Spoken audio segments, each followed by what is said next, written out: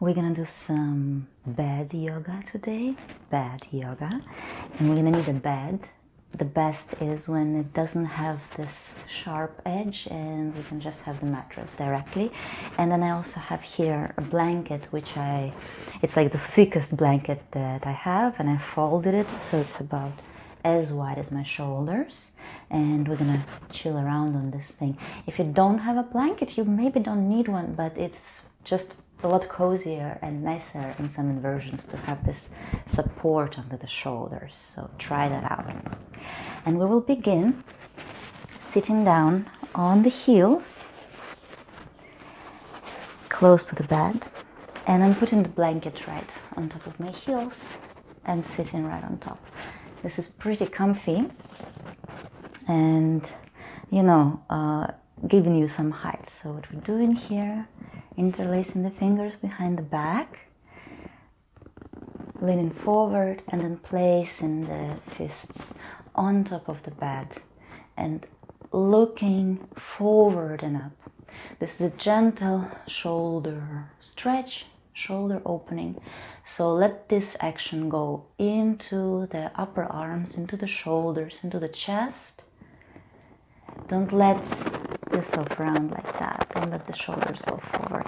Lift the chest, lift your face, lift your diaphragm, and breathe evenly into both sides of the chest.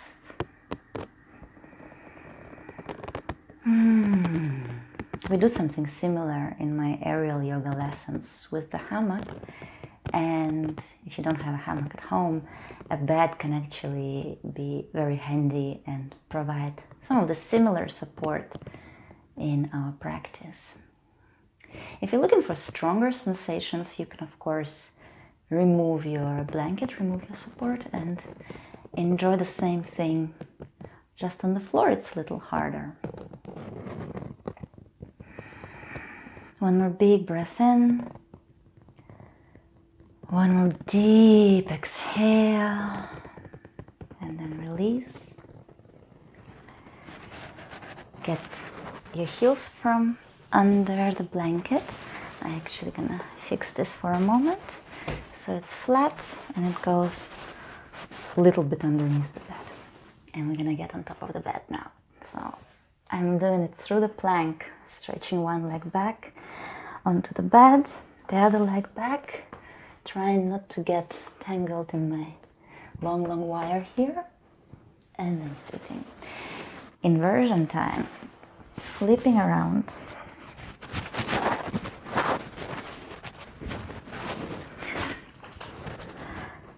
We're going to lie down on the bed in a way that the edge of the mattress is going to meet the lower edge of the shoulder blades. Keeping the knees bent in the beginning, lowering down slowly, supporting the head if necessary, straightening the legs eventually to anchor them into the bed, and then landing, and maybe the head is going to meet your blanket. That's really nice actually. Keep the legs engaged. Keep all the leg muscles drawing in towards the center around the bones. Dig your heels down into the mattress. Press the back of your knees down into the mattress and curl your tailbone towards the heels. Create a really long lower back so that this back bend is happening more in the shoulder chest area rather than straining the lower back. Nothing gets shorter here, everything gets longer here in this pose. And it's actually a super cool place to just chill and relax. It's a very mild inversion, especially when the head is supported like that. So even if you have some kind of counter indications for practicing inversion, maybe you can try this variation and maybe it could work for you because it's very gentle, very restorative. After a while, we start sliding down more, so that's just gravity, of course, So then we can wiggle a little bit the shoulders onto the top of our support. Back of the head is on the floor, arms just falling down, and then the edge of the blanket is more in the area where my lower back and the sacrum are. So I try to still anchor my tailbone, drawing it towards the heels, and feel my sacrum on the support, and keep opening the chest. Every breath in, inflate into your belly, into both sides of the chest, and feel up the chest up to the collarbones with breath. And every exhale, you exhale out of the belly, emptying out the chest, emptying out the collarbones. And at the end of the exhale, you're going to melt down into the floor. So just do that. A couple of breaths like that. Big inhale.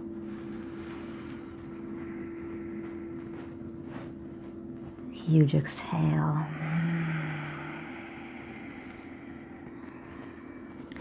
If you're comfy on the sacrum, on the bed, you can try bending the right knee, lifting the right leg up to the sky straight, vertical. Feel the weight of the leg bones pressing down into the sacrum, into the hip socket. And keep reaching the right leg up, pressing the left heel down. So this is a slightly more intensive version.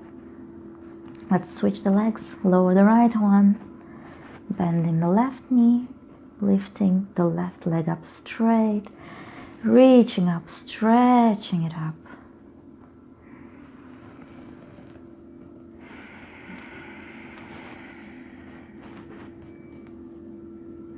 Keep pressing the straight right leg into the mattress. And then lower. Both legs, let's try. If it's too much for you, don't do it. Bending both knees and with control and awareness, straightening both legs up. There is some weight on my sacrum now, I can feel it. Also, there is weight on the shoulders and weight on the back of my head.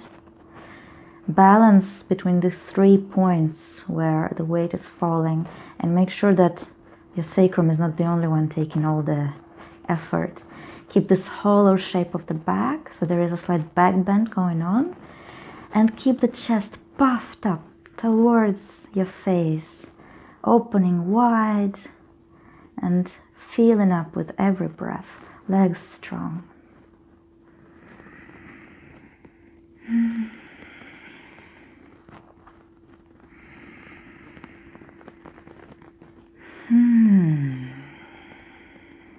Bending the knees, landing the feet.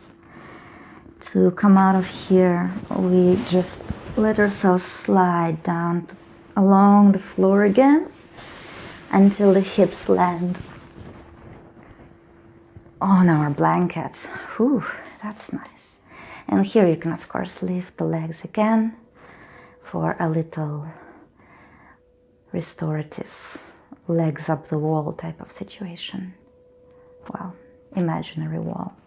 Legs up straight, reaching up, and I'm doing a slight warm up for the feet, pointing the toes, flexing the feet, and pointing and flexing, awakening the legs. And I keep pressing the sides of the toes together, especially the bases of the big toes together. To come out, bend the knees into the chest, roll over to the side. Use the hand to lift you up. Come up. The blanket we don't need anymore. So I'm just gonna push it aside. The next thing we're gonna do is a pigeon pose with the bed. It's a little bit adventurous, a bit of an experiment. I'm just throwing it out there. So we stand on the knees in front of the bed. And I'm gonna start with the left leg. I bring the left shin onto the bed. At first it's straight up. If you are not able to do this, don't worry about it. Maybe the knee bend is also cool. Trying to square the hips here. And then bending the knee, bringing the left heel sort of in line with the right hip. And then letting the knee fall out. So the shin bone is more or less parallel to my hips. And there is about 45-degree angle of the femur bone. And this is our pigeon. Fingertips can be on your mattress in front of you.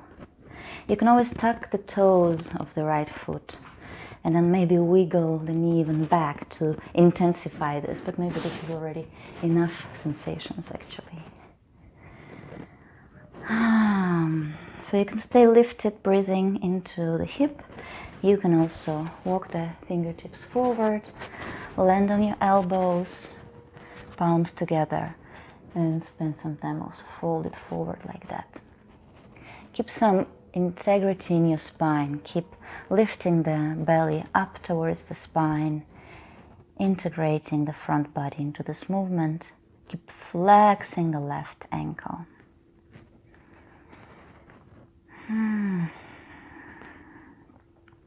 Two more deep breaths here.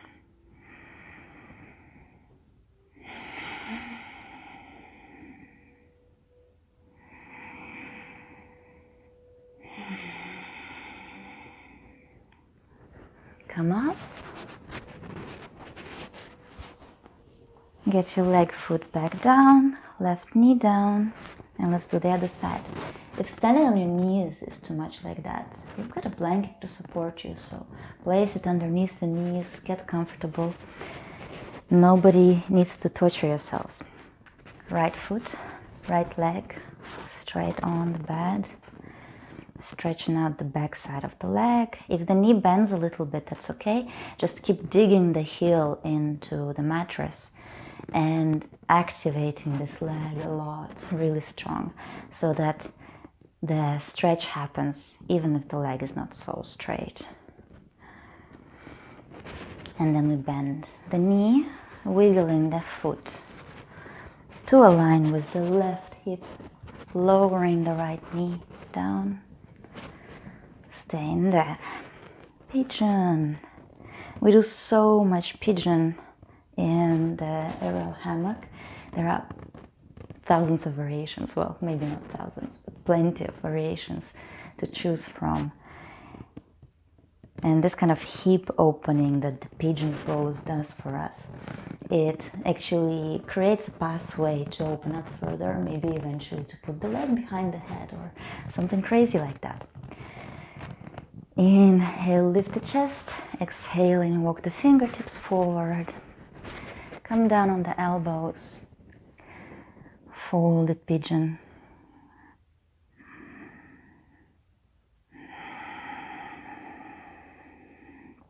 We keep on flexing the right ankle, pressing the knife edge of the right foot into the mattress. Keeping everything soft and comfy, so all the sensations, all the stretching sensations that I'm feeling are in the right hip joints and nothing in the right knee. And that's really important. When the knee is feeling some kind of stretch and it's complaining in this type of positions, you back off, because that is not what's supposed to happen. We're doing it for the hips, not for the knees.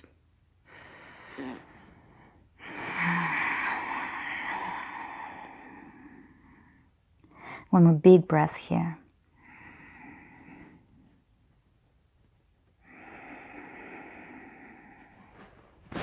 Come up. Release. Sit back. Chill for a moment. The last pose will be a forward fold. If you don't have the space under the bed to stretch out your legs, you can easily do it just on the floor by yourself. I'm going to show you how to use the support in a forward fold. So I'm wiggling my feet forward underneath the bed. Legs are about hip width apart, so I don't bring my legs together in this point.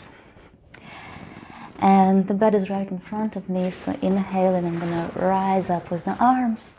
Exhaling, I will fold forward, stack the arms on top of each other, and fold, landing the forehead on the arms or on the bed. And this is the most restorative variation of Paschimottanasana, of the western side stretch. We keep the legs strong, we keep pressing the heels into the floor, pressing the back of the knees into the floor, rolling the thigh muscles towards one another, lifting the belly button up to spine. Keep breathing into the chest, a lot of space for breath to come. Long neck. Relax your jaw, relax your face, and rest there.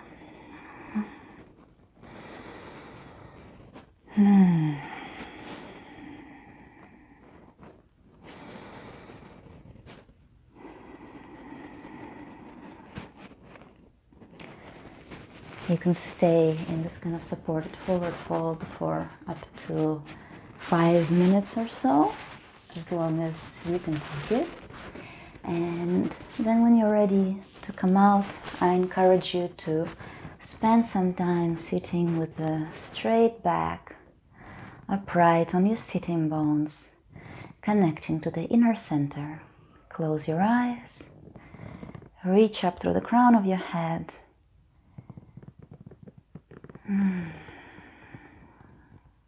Palms together into the center of your heart. Thank you for practicing with me. I hope you enjoyed it, and keep doing yoga no matter what.